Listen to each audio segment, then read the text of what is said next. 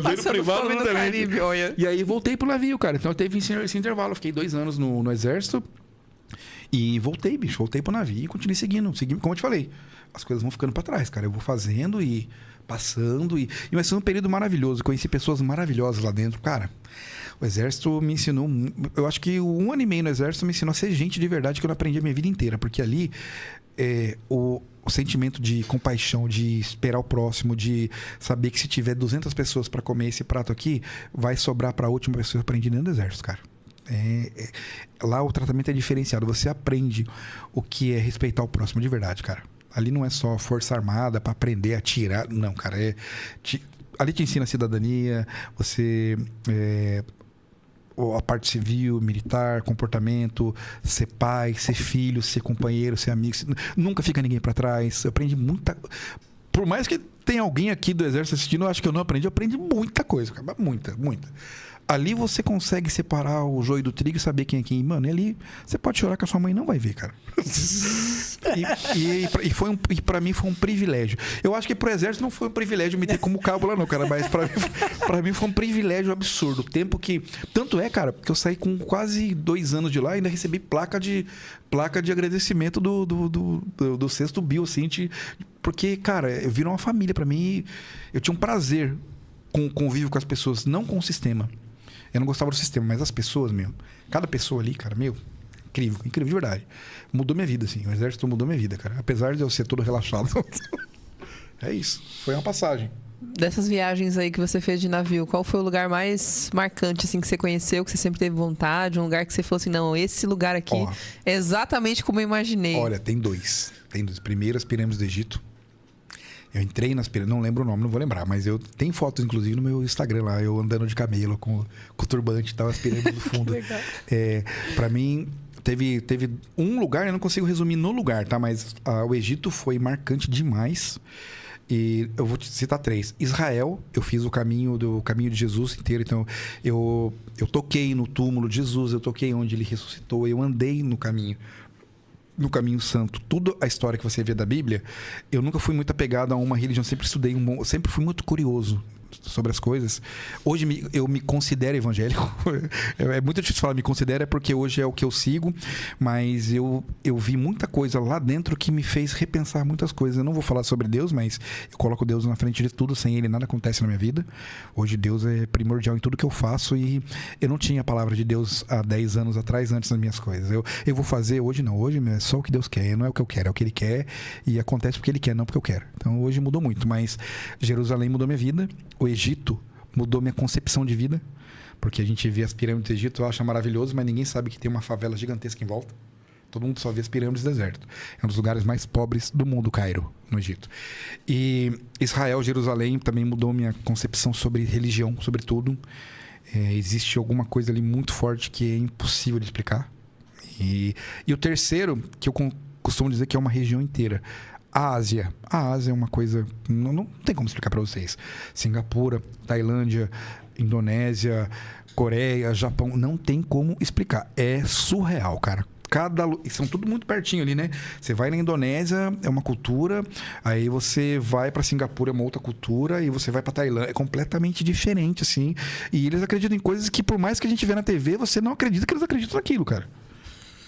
É bizarro, assim. Aí ver pessoalmente dá aquele choque. Né? Não, é muito bizarro. Eu fiquei chocado, assim, de às vezes parar na praia, assim, na Tailândia, assim, e ver as crianças comendo manga e macaquinho passando e tal. Eu tenho até uma foto muito icônica no meu Instagram, que tem um macaquinho com o dedo no do outro, assim, sabe?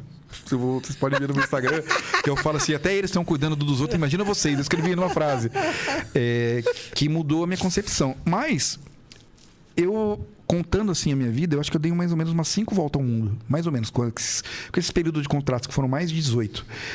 Tudo que eu aprendi, por incrível que pareça, isso, agora como eu falo de Deus, eu enxergo muito Deus na minha vida, né? Foi um privilégio de Deus de conseguir respirar essas culturas que eu via na cartilha da escola, cara. Isso pra mim é muito legal, assim, sabe? De a gente aprender aquela cartilha lá, não, aqui fica geografia, aqui fica o Estado Islâmico, aqui fica o Caribe. E você vivenciar aquilo não é pra falar pras pessoas, porque nem dá pra falar pra todo mundo de viagem, porque todo mundo, o Dudu tá se achando. O cara só porque... Não é porque só viajou. Isso me acrescentou como ser humano, cara. A gente é muito pequeno. Muito pequeno, muito. Um grãozinho de areia, cara. O mundo é muito grande. A gente não faz ideia. Deve ter sido uma experiência incrível, com certeza. Foi. E aí você tem alguns problemas. Quando você vê alguém falando, e aí uma vez eu fui muito soberbo, até confesso aqui. Até peço perdão pra Deus, né? Que uma vez eu tive uma discussão com o músico, começou a falar umas coisas sem saber. E eu fiquei falando, pô, mano, o cara tá falando de coisa, o cara não foi nem até Paraibuna e tá querendo... Sabe a soberba nossa de tipo, eu viajei, o cara não viajou? Mas eu fiquei pensando comigo, falei, pô, o cara não foi nem até Paraibuna e quer discutir comigo o que tá acontecendo no Iraque. Sabe? E aí você fica um pouco, porque é conhecimento de causa, cara. É difícil, né? Então, por incrível que pareça, eu costumo me fechar. Eu não falo muito das minhas viagens. Por causa desse tipo de coisa. Porque, dependendo com quem você fala, as pessoas te interpretam diferente, entendeu? E nada mais é do que uma experiência, cara. A mesma experiência que você... É a sua vida, é o que você viveu. É o que eu vivi. A gente não sabe nada, cara. E eu vou morrer sem saber nada, cara. Cada viagem que eu fazia, eu falava, como eu não sei nada? Tipo, olha, então aqui é assim que funciona. É bizarro. Então, Ásia... Egito, Israel, você só falou 2, né? E eu também fiquei muito encantado com a Rússia. Eu fui em São Petersburgo, na Rússia, a gente fez uma temporada, eu fiquei 3 meses na Rússia, que lá você não tem noite, né? Que é a noite branca que eles falam. Ficam 6 meses virando 24 horas e não escurece. É bizarro também, cara. É muito bizarro. Você sair, tipo, 3 horas da manhã e claro. 4 horas e não escurece. Aí, pra dormir no navio, você tem que fechar a cortina pra ter a sensação de que tá escuro. É bizarro. Top, né?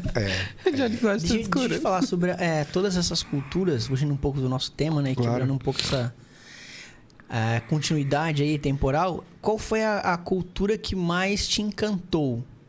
Em termo falando no termo geral, assim, de cultura, alimentação, comportamento, que você falou, nossa, como é...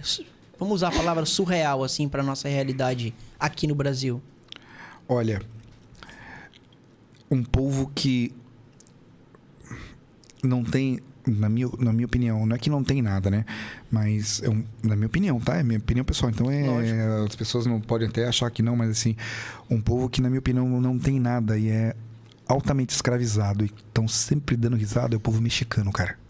É incrível, cara, porque eles vivem a cultura americana. É um país que sobrevive, eles crescem e morrem querendo ir para os Estados Unidos, cara. A vida do mexicano é essa. Eles estão ali o tempo todo e quem não tem pai tem o tio que foi, quem não tem tio mandou o filho e eles estão o tempo todo sorrindo e te tratando bem e o segundo é o povo filipino. Eu não fui para as Filipinas, mas eu trabalhei com muito filipino no navio, tem uma quantidade muito boa. Não tem tempo ruim para esses caras. Cara, você pode estar pior. Eles estão agradecendo pelo arroz, cara, o tempo todo.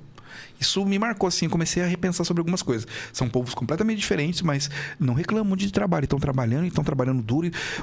Eu fiz muitas temporadas do México. Então, o México, assim, a costa do México, de Cabo São Lucas a Acapulco, que você dá uma volta inteira no México, eu fiz quase que todas. O mexicano não tem tempo ruim, cara. Ele tá sempre dando risada e às vezes tá numa dificuldade absurda. Não, tá tudo certo e vamos trabalhar e vamos atrás do dólar e sempre sorrindo. Pensa num povo danado. A gente fala muito do brasileiro, né? Que o brasileiro... Cara, e filipino é uma coisa incrível. Incrível. Vocês vão encontrar muito em São Sebastião, Ilha Bela, porque os navios param aqui. Hoje, quase 60% da população de navio é indiana e filipino. São os que mais trabalham. Porque eles constroem riqueza, porque o dólar é muito alto na Filipina. Então o cara faz um contrato de 6 meses e compra uma casa zero lá na Filipina. Lá em Manila. Tem um amigo meu que trabalhou aqui, hoje está trabalhando na Disney de Hong Kong. Cara, ele comprou um hotel em 5 anos de navio. Comprou um hotel para ele. E sempre assim, não tem tempo ruim para esses caras. E estão sempre de bermudinha ou calça jeans, chinela havaiana, camisetinha branca. E é isso, irmão. E dinheiro no bolso. É bizarro. O que importa é a conta, né? Você olha pros caras e fala assim, nossa, assim mano. Que é bom. Você olha pro cara e fala, mano, esse cara não tem... Esse cara tá de... Às vezes com aquela calça jeans de cozinheiro quadriculada, havaiana no pé, camisa branca, óculos, uma pochetezinha que vai aqui na frente e uma maquininha de tirar foto. Mano, você não dá nada pro cara. O cara é cozinheiro. O cara tá com uma pousada gigantesca em Manila, bicho. E sempre assim, Deus é muito bom, agradecem por tudo o tempo todo. Os que eu conheci, o tempo todo, mano. Sempre deu obrigado. Cada um com o seu Deus, né? Obrigado, Deus. E sim, é incrível, cara. Povo... A gente aqui, como o país é muito grande, e às vezes o cara que tá em Rondônia, você não tem acesso, às vezes é mais fácil ir para os Estados Unidos, a gente fala muito do nosso país, que o nosso... tem muita cultura legal, cara. E eu não tô sendo vira-lata, não, mas tem muita cultura bem da hora. Eu não vou fazer comparação melhor que a nossa, mas, gente... Vocês não têm noção. O povo ucraniano, e o povo croata é muito parecido com a gente, por exemplo. E a gente acha, não, aquele pessoal lá, os grandalhões, os caras, são muito parecidos no humor, no jeito de ser, muito parecido, cara. É incrível, eles têm carnaval, a gente nem sabe, tem carnaval na Ucrânia. Tem carnaval na Croácia, eles fazem carnaval, cara. É que a gente não tem acesso.